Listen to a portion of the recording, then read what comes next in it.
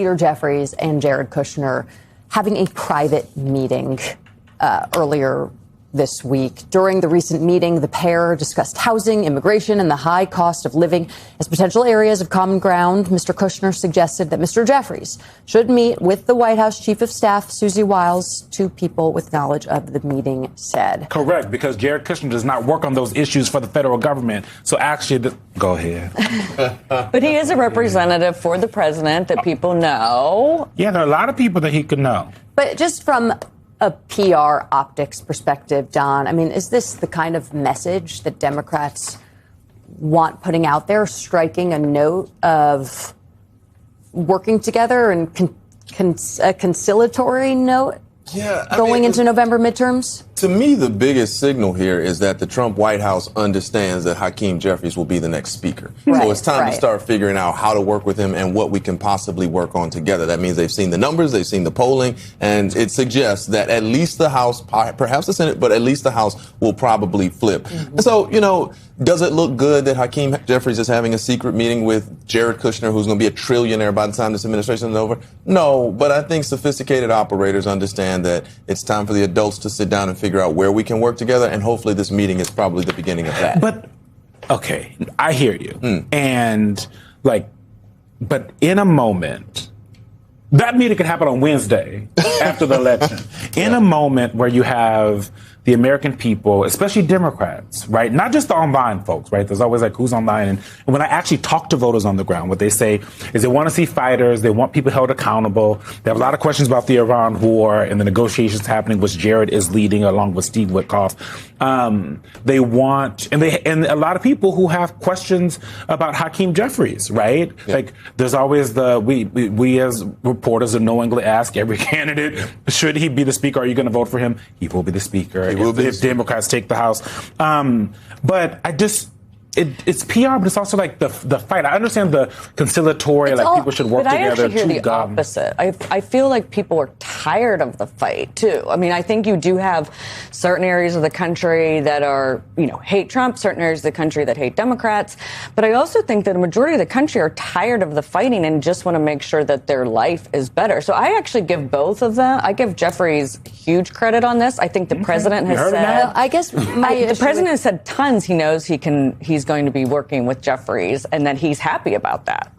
My one issue with that, though, is while Jared Kushner is a trusted top ally of the president, who, despite not formally being in the administration, is handling has taken on a pretty significant portfolio, but he is not the domestic guy. He is not the director of legislative affairs. He is not the person who understands the way Congress works, is the lawmaker whisperer, that point person between Pennsylvania Avenue and the White House. So if anything, he is viewed as a top investigative target. I mean, I'm sure that Democrats will go after him for the roles that he is playing, internationally. But I also think that he is the biggest representative on behalf of the president, that people know that the president sent Jared to do that. Jared didn't do that on his own. That's why he also said, however, you need to meet with Susie, who is the one that has the power. Yeah. Okay. Well, Leader Jeffries, we'd be happy to have you on to talk about this and all the other things. It's been a little while. I want to move to the leader of your party, Ashley, which is President Trump, and I guess a plea to voters on Friday in my family's hometown in Myrtle Beach, South Carolina. Listen to this. And the problem that we have is they say that Trump does great when he's on the ballot. But when he's not on the ballot, his people don't come and they don't vote. So what I really want you to do is pretend, please, that I'm on the ballot. Just come and vote. It's so important.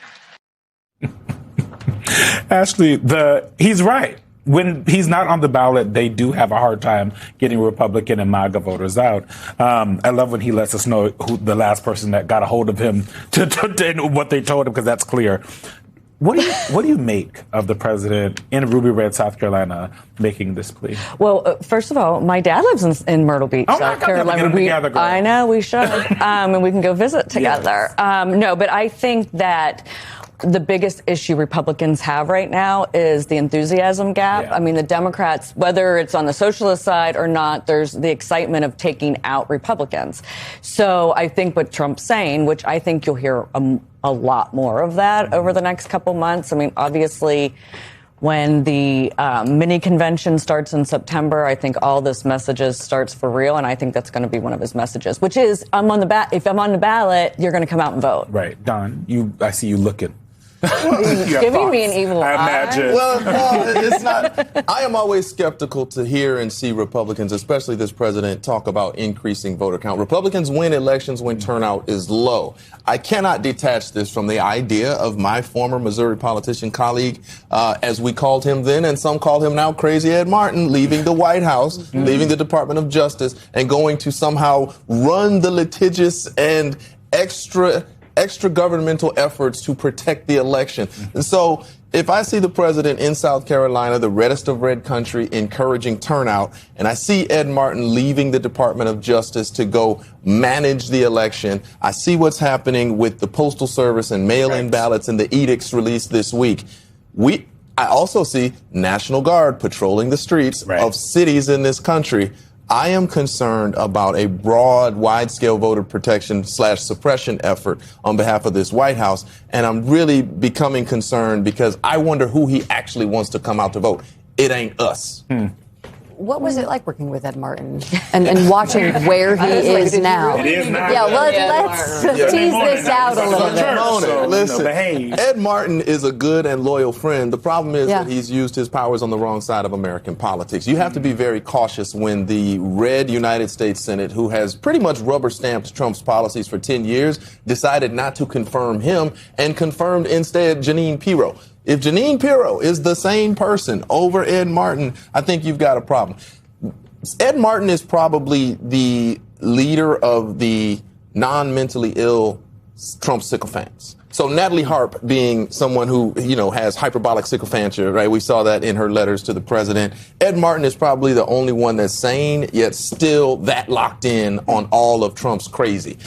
He has rubber stamped the worst of policies, from voter suppression to whatever else, for a long time now. And, it starts back with his roots 20 years ago, 30 years ago with Phyllis Schlafly, who pushed the worst anti-feminist policies in the history of the world. That was Ed Martin's doing. And so, he's been the worst of the Trump sycophants on a substantive matters for a long time. And we've known it for a long time as folks in Missouri.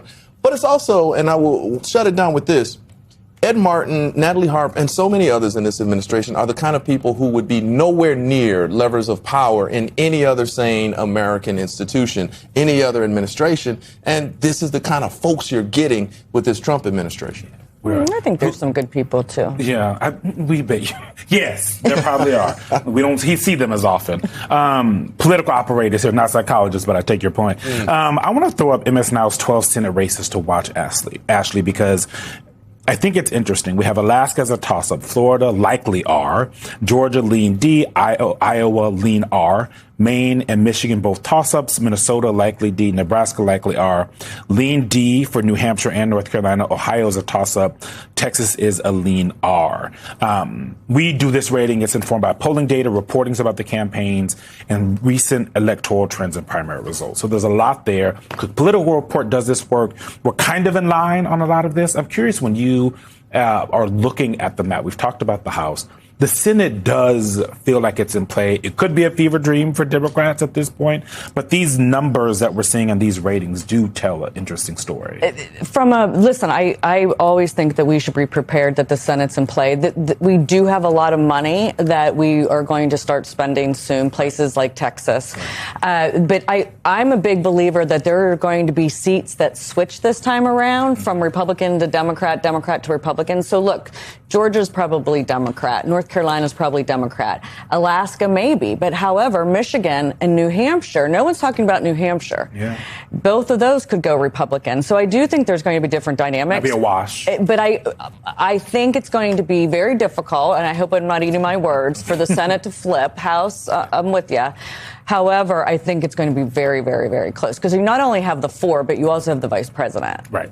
So, I mean, it's the pure math. Exactly. Got to throw in Texas, though. James Tallarico is a real threat to the Republican lock. That Isn't Beto, too? No, No. Beto was no James Tallarico. And Beto was also not running against Ken Paxton, who was a horrific candidate and probably a horrific person Ted's as well. a better candidate. The polling is interesting because I don't think there was any polling in Texas when Beto was running either time that showed him ahead of the Republican, and that we've seen polling over and over again that shows Tallarico I'm above. negative Nelly on polling right now. It's primary polling. I'm with you. Yeah. We all are. I feel like that has been the thrust of several of our questions to candidates who have come onto the show. Right. But can we talk about Alaska for a sec? Have you guys been following this Dan Sullivan saga? Which Dan Sullivan? Exactly. So Exactly. I'm wondering, Ashley, because both of you, being political operators and having worked on campaigns in the past, is it normal for there to be efforts to recruit sort of these paper tigers or these candidates to help detract from the Republican candidate? Obviously, I don't think we've ever seen anything with a candidate having the exact same name as the Republican candidate. But what does that usually look like? And what legally could you charge someone with for having, quote, conspired in a scheme like this? I think you see it all the time. I mean, this is a different situation because they have the same name, so that's even worse for Senator Dan Sullivan. However, you see it all the time in regards to Republicans and Democrats supporting the candidate they want to run against. Yeah. So who is helping Florida Senate candidate that just won, Angela Nixon, because Republicans were helping her get on the ballot. Republicans were helping her. Democrats have done it to run against extreme MAGA voters, to make sure that in a general it's much harder to beat. I mean, I would say that Mike Rogers would want to run against El Sayed much more than he would have run against Haley Stevens. So I think that this happens all the time. I don't. But actually actively recruiting someone to jump in. Yeah, it's happened before. In fact, this is the plot of the 1993 Eddie Murphy film, The Distinguished Gentleman. That's right. Congressman Jeff Johnson, if you will. And so I do think, however, if you are the OG Dan Sullivan, you have a problem with this, and you want to file some lawsuit that has something to do with folks conspiring for intentional ballot confusion. That's not permissible. Don Calloway, a real person from Missouri. Y'all heard him say Missouri. And Ashley Davis, we're going to take you. Nana will be coming to Bucksport. We'll see how you fare in there with the politics.